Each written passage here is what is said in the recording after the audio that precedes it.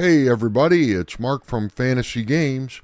Today we're going to talk about Magic the Gathering Commander. It's the group game format that everybody loves.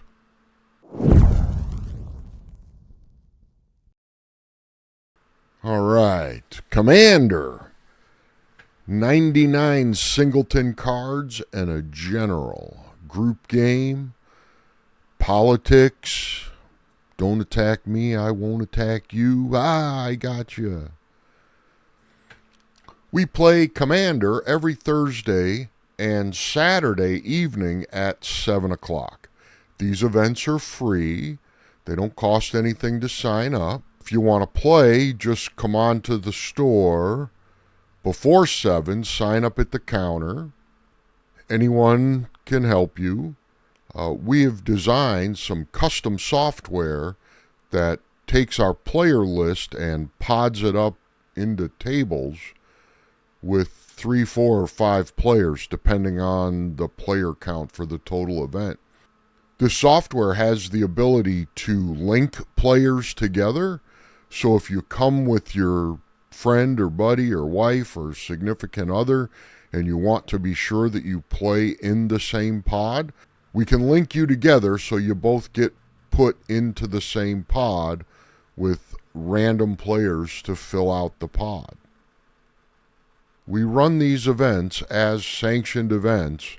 Because of that, there are some rules that we do have to follow. The biggest one being that only real, genuine cards are allowed to be played in our event. Metrics. As sanctioned events, our events count in our Wizards of the Coast play metrics.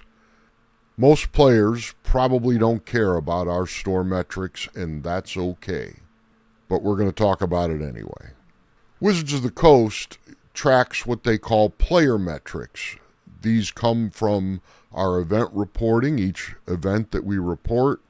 Wizards compiles all those players on the list, and they create our store metrics.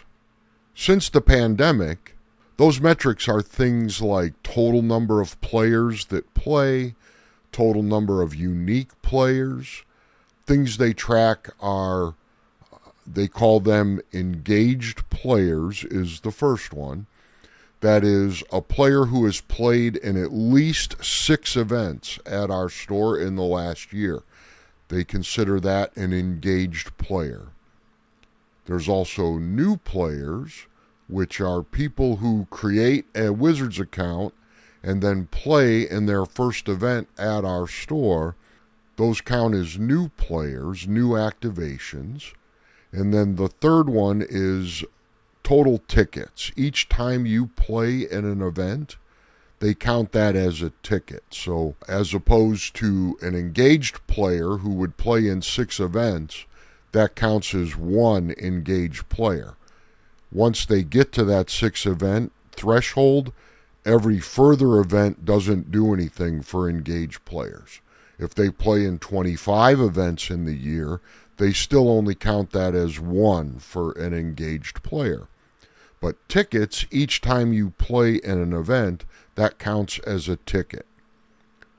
So if a player plays in 10 events, that counts as 10 tickets.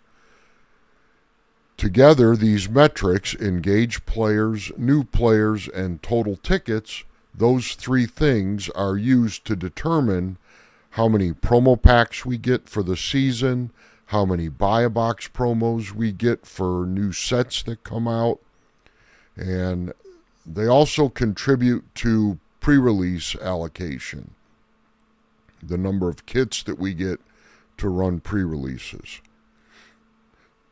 Now, why does all this matter? Well, prior to the pandemic, when tournament play was solid, we ran tons of events, those metrics were pretty high.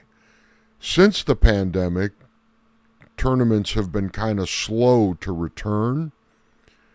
Wizards of the Coast has kind of locked our metrics at Theros Beyond Death level, or whatever our new metric is, whichever one of those 2 is higher. And for us and most stores, it's been the Theros Beyond Death set metrics. That's going away now, and they're going to return to straight metrics. So after the Karlov Manor set, which comes out this weekend, the next set and anything further will be based on our real metrics, which frankly have been lower than the Theros Beyond Death metrics. So we expect to see a cut in the amount of promo packs that we get. That's going to affect how many promo packs we can give out. We won't know the actual numbers until the next season is much closer, but we expect those promo packs to be less going forward. So why am I telling you this? How can you help? Wizards of the Coast uses arena accounts to track these metrics. When you sign up for an event at our store, if you give us an email address that you used for an arena account, that allows Wizards to track the metrics for you over time.